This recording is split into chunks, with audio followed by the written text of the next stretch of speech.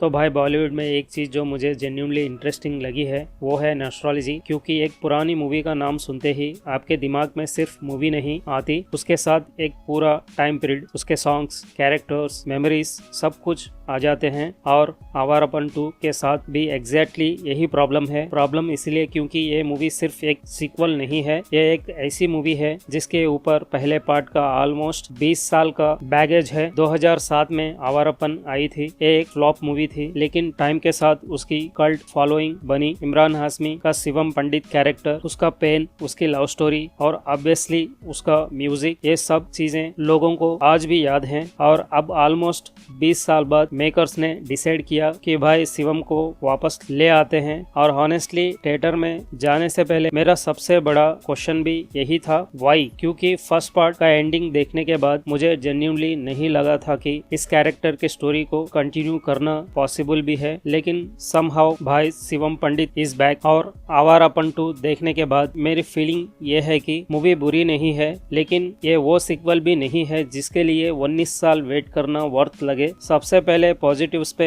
Start करते हैं, और नंबर 1 ऑब्वियसली है इमरान हाशमी। भाई कुछ कैरेक्टर ऐसे होते हैं ना जो एक्टर के साथ परमानेंटली अटैच हो जाते हैं। शिवम पंडित उन्हीं कैरेक्टर्स में से एक है, और इमरान को एक बार फिर इसी कैरेक्टर के लुक में देखना जेन्युइनली सैटिस्फाई है। उनकी स्क्रीन प्रेजेंस अभी भी है, वो बस स्क्रीन पे खड़े हो जाते हैं और कैरेक्टर की एक वाइब ऑटोमेटिकली क्रिएट हो जाती है, स्पेशली जब मूवी उनको अननेसेसरली ज्यादा डायलॉग्स नहीं देती और बस उनके एक्सप्रेशन, बॉडी लैंग्वेज और बैकग्राउंड म्यूजिक के थ्रू कैरेक्टर को एस्टेब्लिश करती है। वहाँ इमरान काम करते हैं और मुझे लगता है कि फिल्म का सबसे स्ट्रॉन्ग एलिमेंट वही है। लेकिन एक इंटरेस्टिंग चीज ये है कि मूवी सिर्फ इमरान को लेकर नॉस्टैल्जिया सेल नहीं करना चाहती। मेकर्स ने फर्स्ट पार्ट की कंटिन्यूटी को सीरियसली लेने की कोशिश की है। पुराने कैरेक्टर्स और इवेंट्स को इग्नोर करके सिंपली एक न्यू स्टोरी बना देना इजी ऑप्शन था, लेकिन यहाँ क्लियरली इफेक्ट किया गया है कि जो कुछ पहले हुआ था उसका इम्पैक्ट शिवम के कैरेक्टर के ऊपर अभी भी है। और ये अप्रोच मुझे अच्छी लगी, क्योंकि अगर आप 20 साल बाद सीक्वल बना रहे हो तो एटलीस्ट ये फील होना चाहिए कि हाँ भाई ये उसी यूनिवर्स की स्टोरी है, सिर्फ नाम सेम नहीं है। अब सेकंड पॉजिटिव, मूवी सरप्राइजिंगली अच्छी दिखती है। ऑनेस्टली मुझे एक्सपेक्टेशन नहीं थी, लेकिन सिनेमाटोग्राफी के डिपार्टमेंट में इफेक्ट क्लियरली नजर आता है। रियल लोकेशंस का यूज है, थाईलैंड को काफी अच्छे वे में कैप्चर किया गया है। वाइड शॉट्स हैं, ड्रोन शॉट्स हैं, लाइटिंग पे काम किया गया है, और कुछ सीन्स की फ्रेमिंग जेन्युइनली इम्प्रेसिव है। आपको वो फीलिंग नहीं आती कि हर सीन किसी स्टूडियो के अंदर ग्रीन स्क्रीन के शूट कर दिया गया है। There is a scene of scale. और मुझे सबसे अच्छी चीज ये लगी कि डायरेक्टर ने सीन्स को विजुअली इंटरेस्टिंग बनाने की कोशिश की है। कैरेक्टर्स कैसे फ्रेम में एंटर करेंगे, कैमरा कहाँ रहेगा, दो लोग बात कर रहे हैं तो उनको कैसे शूट करना है, इन सब चीजों में थ्रू दिखता है। और हॉनेस्टली आज के टाइम पे जब काफी कमर्शियल मूवीज विजुअली काफी लेजी लगती हैं, आवारापन 2 उस कैटेगरी में नहीं आती। It's not same next level masterpiece visually, लेकिन हाँ इफेक्ट दिखता है और मैं उसको अप्रिशिएट करूंगा। Third positive, music. भाई आवारापन का म्यूजिक तो ऑब्वियसली लेजेंडरी कैटेगरी में आता है, और मेकर्स को ये बात पता है, इसीलिए फिल्म बार बार नॉस्टैल्जिया क्रिएट करने के लिए म्यूजिक का यूज करती है। और कुछ मोमेंट्स में ये जेन्युइनली वर्क करता है। जब फैमिलियर साउंड सुनाई देता है ना, आपको ऑटोमेटिकली फर्स्ट पार्ट याद आ जाता है, और थिएटर में वो फीलिंग आ सकती है कि अच्छा ये वाला इमोशन तो अभी भी काम करता है। लेकिन यहाँ भी एक प्रॉब्लम है, फिल्म कभी कभी नॉस्टैल्जिया को नेचुरली यूज करने के बजाय फोर्स करने लगती है। एक बार इमोशन हिट करेगा तो ठीक है, लेकिन जब बार बार सेम ट्रिक यूज करोगे तो इवेंटली वो इमोशनल मोमेंट कम और मार्केटिंग स्ट्रैटेजी ज्यादा फील होने लगता है। अब आते हैं नेगेटिव्स पे, और यहाँ से मूवी थोड़ी प्रॉब्लमेटिक हो जाती है। सबसे बड़ी प्रॉब्लम है स्टोरी, क्योंकि अगर आप एक सिनेफिल हो तो आप मूवी के काफी सारे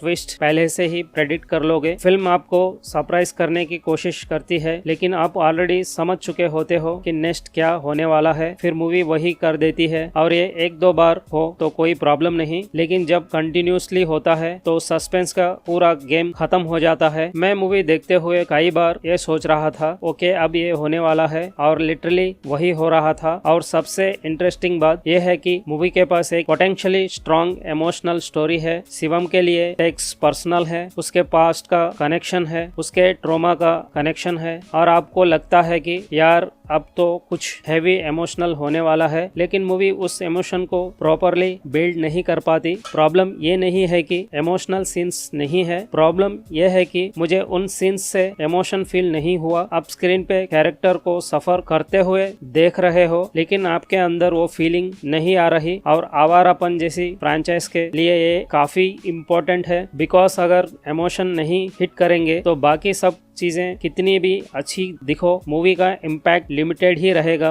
और फिर आती है दिशा पटानी। अब देखो यहाँ मैं एक चीज अप्रिशिएट करूंगा, उनको मूवी में जेन्युइनली कुछ करने को दिया गया है। ये सिर्फ एक कैरेक्टर नहीं है जो हीरो के आसपास घूमता रहे, उनका प्रॉपर रोल है, कुछ इंपॉर्टेंट सीन्स हैं, कैरेक्टर का आर्क भी है, लेकिन परफॉर्मेंस मुझे कन्विंसिंग नहीं कर पाई। स्पेशली इमोशनल सीन्स में एक्सप्रेशन और डायलॉग्स डिलीवरी उतनी स्ट्रांग नहीं लगती। और जब आपकी लव स्टोरी मूवी के इमोशनल कोर का एक मेजर पार्ट है तो केमिस्ट्री का वर्क करना बहुत जरूरी है। और अनफॉर्चुनेटली शिवम और उसके लव इंटरेस्ट की केमिस्ट्री मुझे बिल्कुल फील नहीं हुई। स्क्रीन पे दोनों कैरेक्टर्स हैं, स्टोरी बोल रही है कि इनके बीच कुछ स्ट्रांग है, लेकिन ऑडियंस के साइड से वो कनेक्शन एस्टेब्लिश नहीं होता और फिर आप इमोशनल मोमेंट्स में इन्वेस्ट कैसे करोगे। एक और प्रॉब्लम है मूवी का डायलॉग राइटिंग। भाई कुछ डायलॉग्स जेन्युइनली ऐसे हैं, मैं थिएटर में बैठा हुआ सोच रहा था ये 2026 में लिखा गया है।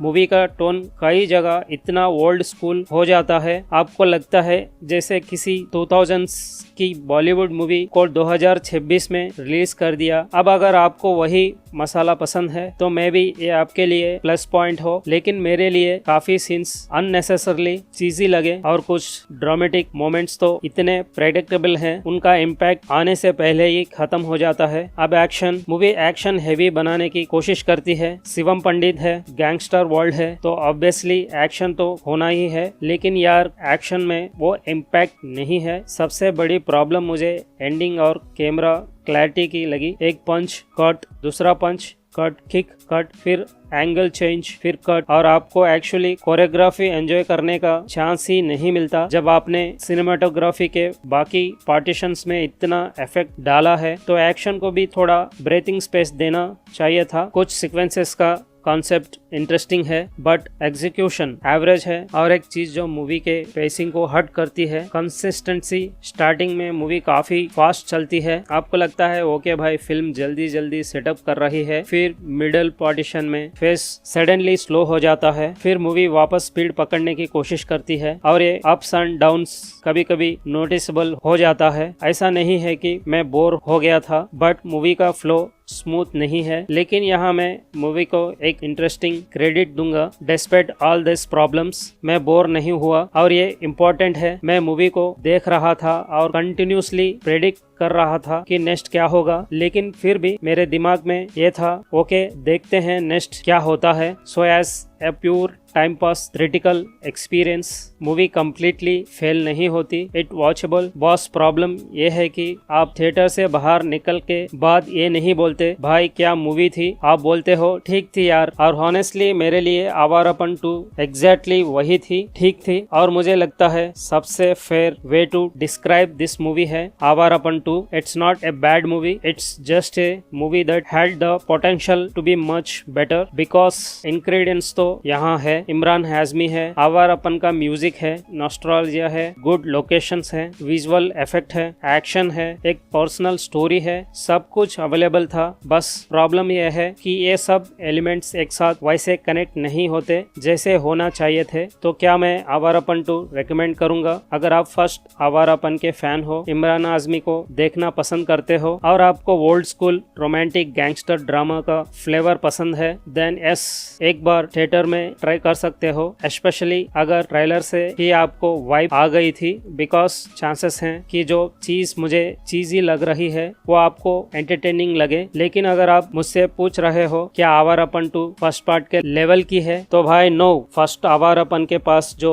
इमोशनल सोल थी, जो म्यूजिक था, जो कैरेक्टर था, जो हार्ट ब्रेक था, आवारापन 2 उसको रिक्रिएट करने की कोशिश तो करती है, बट रिक्रिएट और जेन्युइनली फील करवाना दोनों अलग चीजें हैं। मेरे लिए ये मूवी नॉस्टैल्जिया पे चलती है और नॉस्टैल्जिया काफी स्ट्रांग है, इसीलिए मूवी कभी कम्प्लीटली कोलैप्स नहीं करती। But as sequel I wanted more, so मेरी तरफ से Awarapan 2 is a decent time pass movie but not a must watch sequel. अगर आप शिवम पंडित को वापस देखने के लिए एक्साइटेड हो, गो फॉर इट। अगर आप एक इमोशनल मास्टरपीस एक्सपेक्ट कर रहे हो, एक्सपेक्टेशन थोड़ी लो रखना। और हाँ, आवारापन का म्यूजिक अभी भी हिट करता है, मूवी का इम्पैक्ट उतना नहीं। मिलते हैं नेक्स्ट वीडियो में, तब तक के लिए कीप वॉचिंग गुड सिनेमा।